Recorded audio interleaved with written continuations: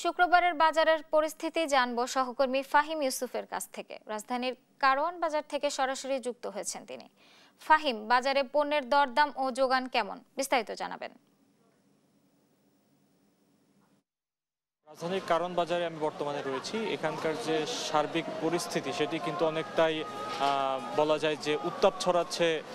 যে কাঁচামরিচের দাম সেটি বর্তমানে কিন্তু কাঁচামরিচের যে দাম সেটি অনেকটাই ঊর্ধ্বগতিতে রয়েছে। আমরা গত সপ্তাহে যেটি দেখতে পেয়েছিলাম যে ৮০ থেকে ১০০ টাকা কেজিতে যে কাঁচামরিচগুলো বিক্রি হয়েছে সেগুলো কিন্তু এখন দাম অত্যাধিক হারে বেড়ে ২৮০ থেকে ৩০০ টাকা কেজিতে বিক্রি হচ্ছে। বিক্রেতারা বলছেন যে সরবরাহ কম থাকায় যে অন্যান্য পণ্যের মতো কিন্তু কাঁচামরিচের দাম বৃদ্ধি পেয়েছে। তবে কাঁচামরিচের এই অধিক বৃদ্ধি পাওয়ার পেছনে তারা দায়ী করছেন সিন্ডিকেটকে, এবং তারা বলছেন যে এখন পর্যন্ত সবথেকে বেশি যে পণ্যটির দাম বৃদ্ধি পেয়েছে গেল এক মাসে সেটি হচ্ছে কাঁচামরিচ, এবং সপ্তাহ ব্যবধানে ২৮০ টাকা কেজি বৃদ্ধি পাওয়া সেটি কিন্তু একটি রেকর্ড সৃষ্টি করেছে বলেও তারা জানান। এছাড়া এখানকার সার্বিক যে অন্যান্য বাজারগুলো রয়েছে, যে সবজিগুলোর মধ্যে টমেটো এবং গাজরের দামও কিন্তু ১৩০ থেকে ১৪০ টাকা কেজিতে বিক্রি হচ্ছে। এছাড়া অন্যান্য পণ্যের দাম অনেকটা সহনশীল মাত্রায় রয়েছে।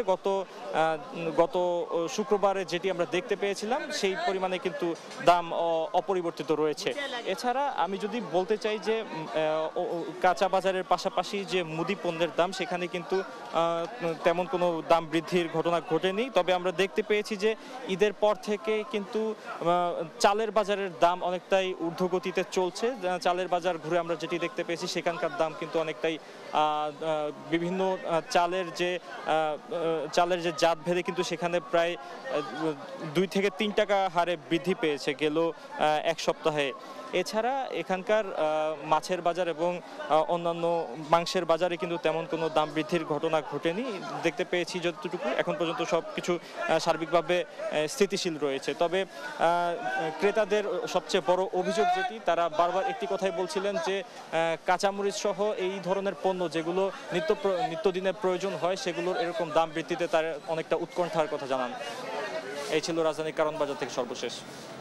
ধন্যবাদ ফাহিম আপনাকে। দর্শক, কারওয়ান বাজার থেকে সরাসরি যুক্ত ছিলেন আমাদের সহকর্মী ফাহিম।